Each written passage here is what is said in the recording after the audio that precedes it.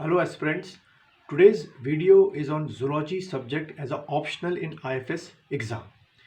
तो इस वीडियो में हम लोग बहुत डिटेल में बात करने वाले हैं कि zoology जो ऑप्शनल सब्जेक्ट है वो किन कैंडिडेट्स को या एस्पिरेंट्स को लेना चाहिए, पहली चीज़।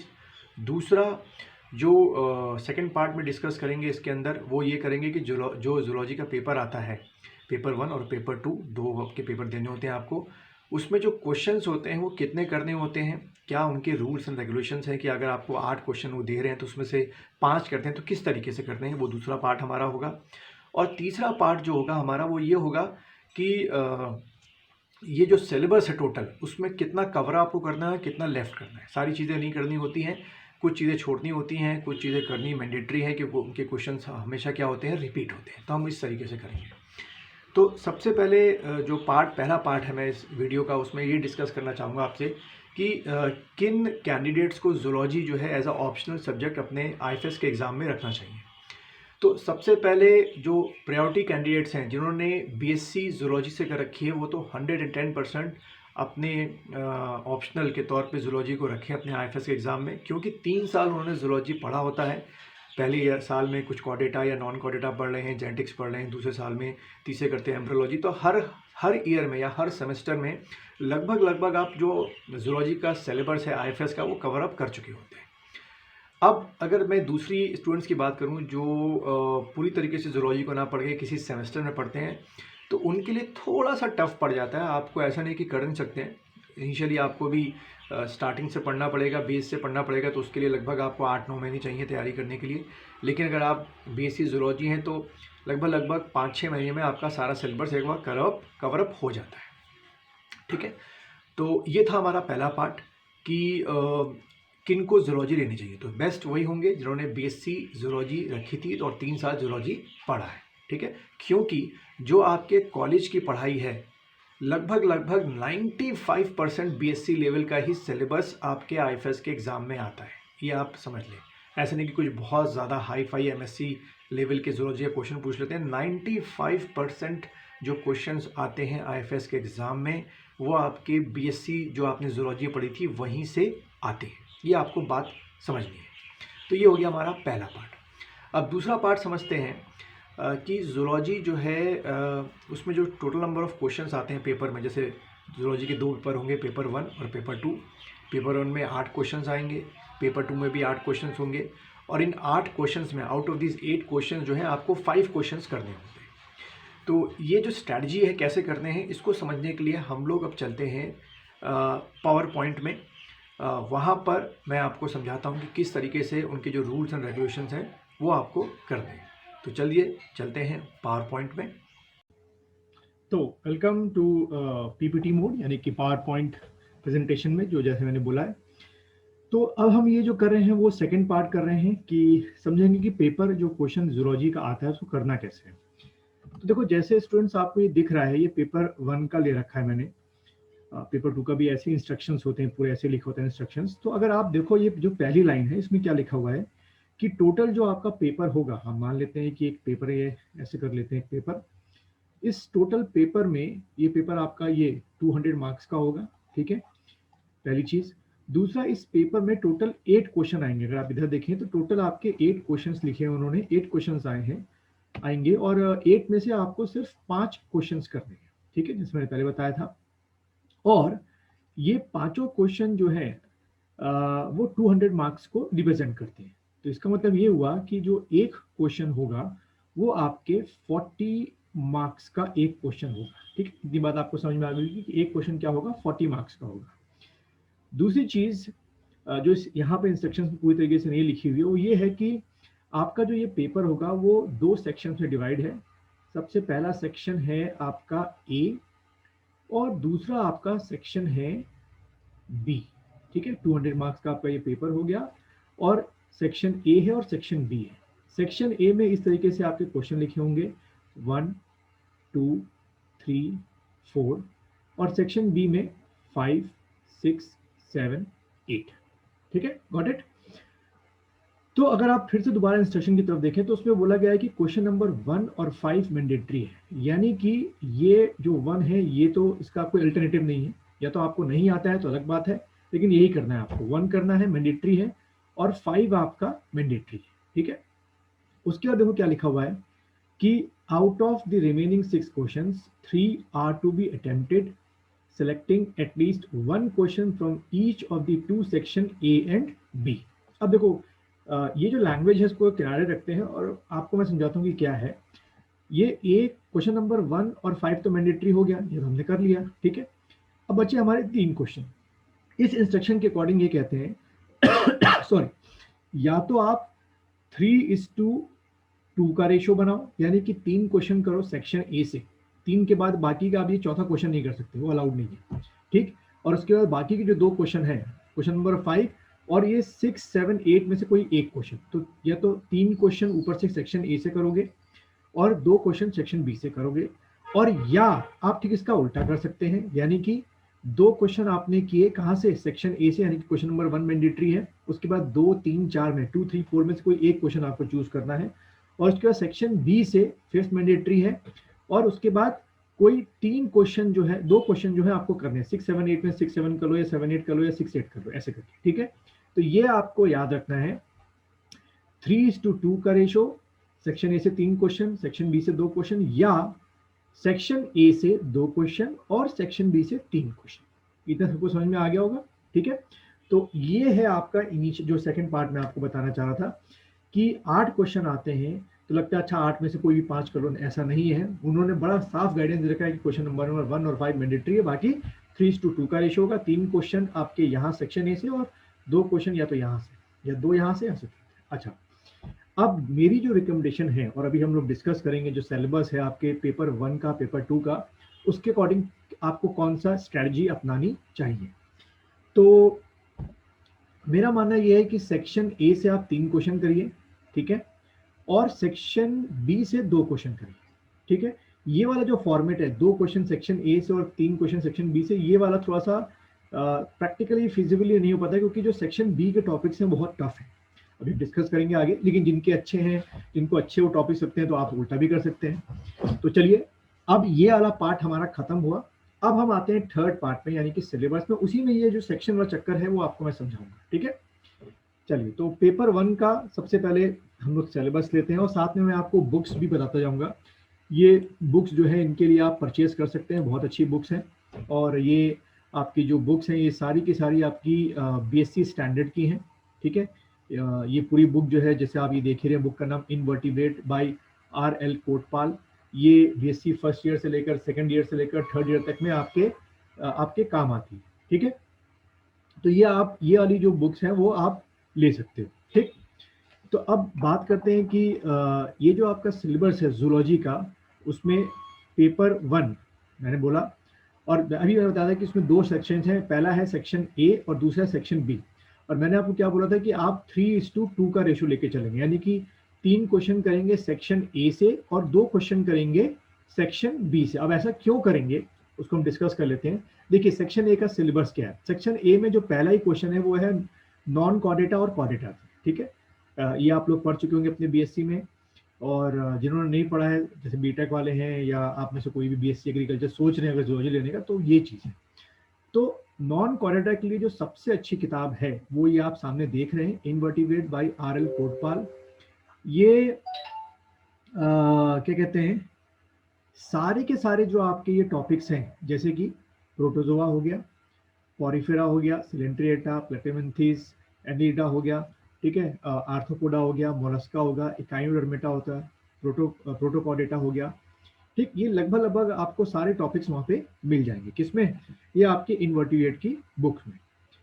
तो यहाँ से मैं अगले वीडियो लेक्चर में बताऊंगा कि इनमें से भी आपको सारे नहीं पढ़ने। देखो, सबसे बड़ी बात तो ये होती है कि जैसे ही आप ये सेक्शन ए का ये वाला चैप्टर देखते हैं या ये वाला टॉपिक देखते हैं, नॉन कॉर्डेटा और उसके बाद जो कॉर्डेटा है, क्योंकि देखो नॉन कॉर्डेटा में आपके फाइलम अगर काउंट करें तो 1, 2, 3, 4, 5, 6 एंड 7, 8, 9, तो मोटे मोटे तौर से 9 आपके जो फाइलम है वो आपको पढ़ने हैं। लेकिन खैर इतने नहीं पढ़ने हैं, मैं वही बताना चाह रहा था, और आगे मैं स्ट्रेटजी बताऊंगा कैसे आपको कर्टेल करने, कैसे करने एक स्पेसिमेन के तौर पे।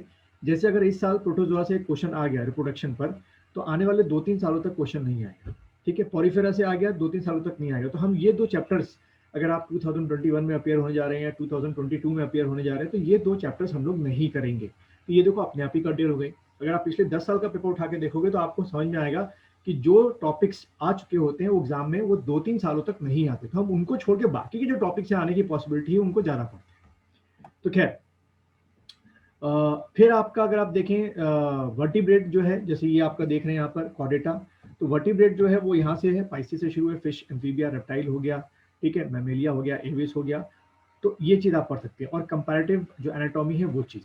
तो वर्टिब्रेट के लिए जो किताब है वो भी दोबारा से आर.एल. कोटपाल साहब की है, बहुत अच्छी किताब है। सारा का सारा सिलेबस आपका यहीं से कवर अप होता है। तो जो सेक्शन ए है, तभी मैं बोल रहा हूँ कि 3 क्वेश्चन आप यहाँ से करिए सेक्शन ए से, क्योंकि ये 3 क्वेश्चन जो है वो आपके किस में डिवाइड है, नॉन कॉर्डेटा और कॉर्डेटा में। और मैं बता रहा हूँ आपको, अगर आपने 3 क्वेश्चन बिल्कुल सॉलिड कर लिए, बिल्कुल सही कर लिए, तो मैंने आपको बताया था कि आपका 200 मार्क्स का ये पेपर है।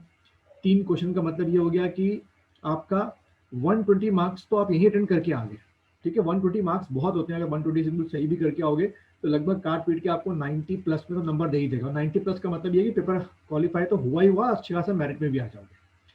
खैर, वो 3 क्वेश्चन कितने टफ होते हैं, क्योंकि देखो जो प्रेजेंटेशन आप अपने ग्रेजुएशन में देते आ रहे थे वो तरीका यहाँ लिखने का नहीं होगा। सिलेबस वही है, टॉपिक्स वही हैं, चैप्टर्स वही हैं, बट वे ऑफ जो प्रेजेंटेशन है वो ग्रेजुएशन के लेवल से बहुत अलग होता है, वही आपको सीखना है। खैर, तो दूसरी किताब आपकी वर्टिब्रेट है, आर.एल. कोटपाल की बहुत प्यारी किताब है। अब आते हैं सेक्शन बी में।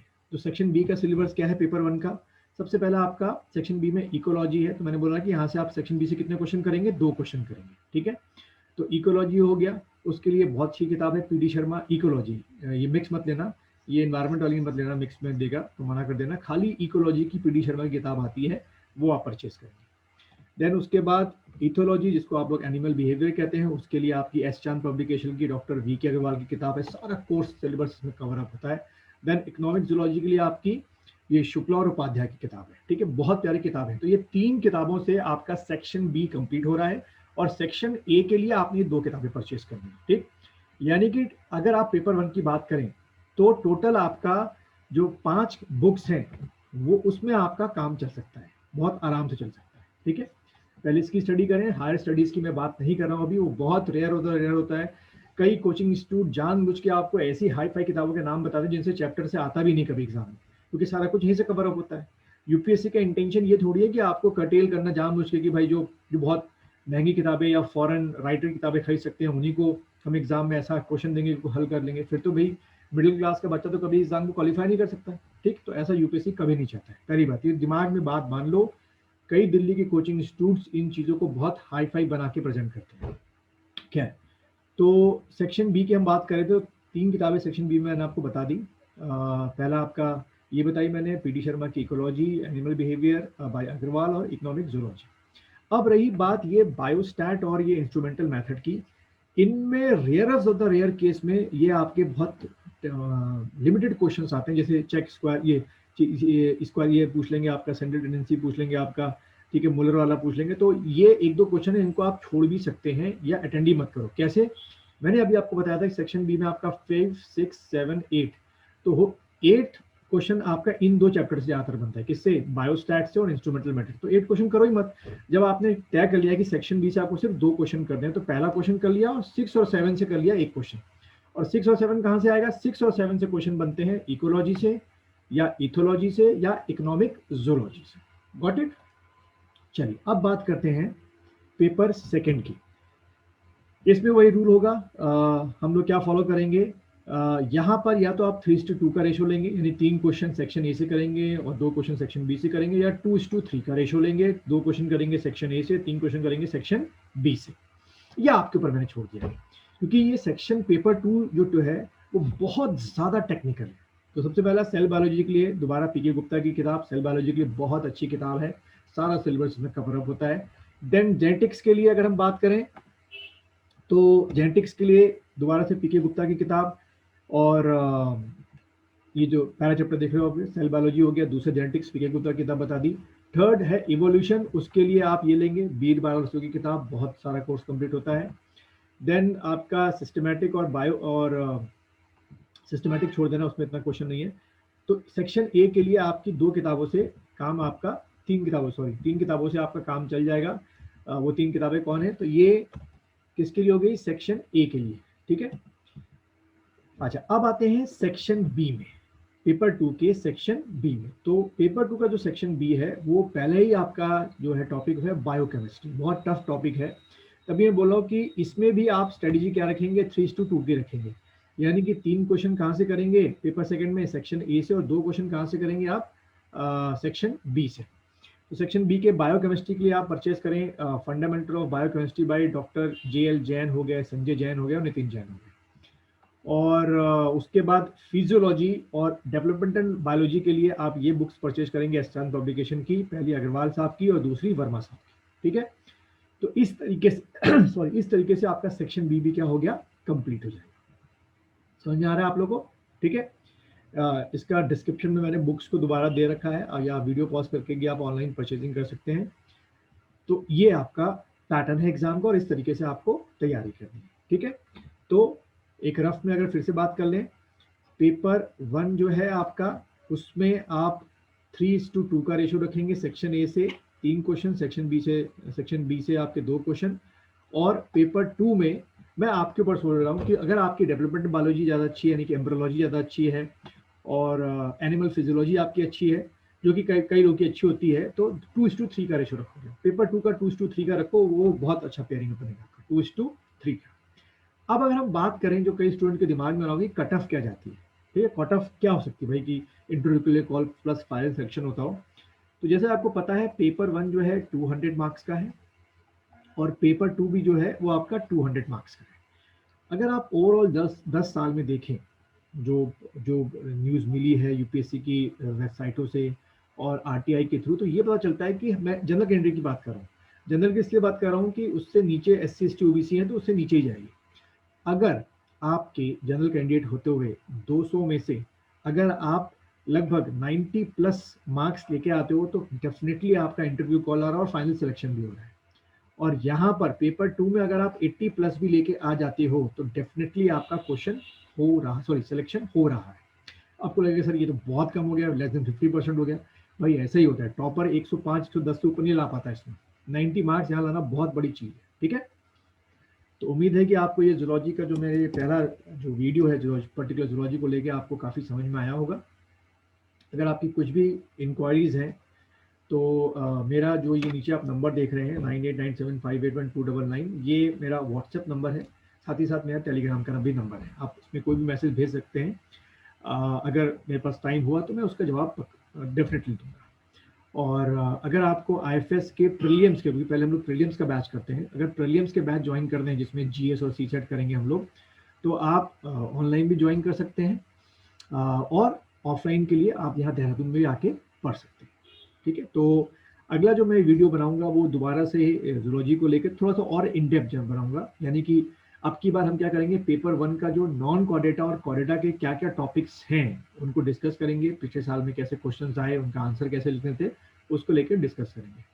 और मुझे अच्छा लगेगा कि अगर आप मुझे व्हाट्सएप पर मैसेज करें या टेलीग्राम पे मैसेज करें ये वीडियो आपको कैसा लगा, ठीक। चलिए मिलते हैं फिर नेक्स्ट वीडियो।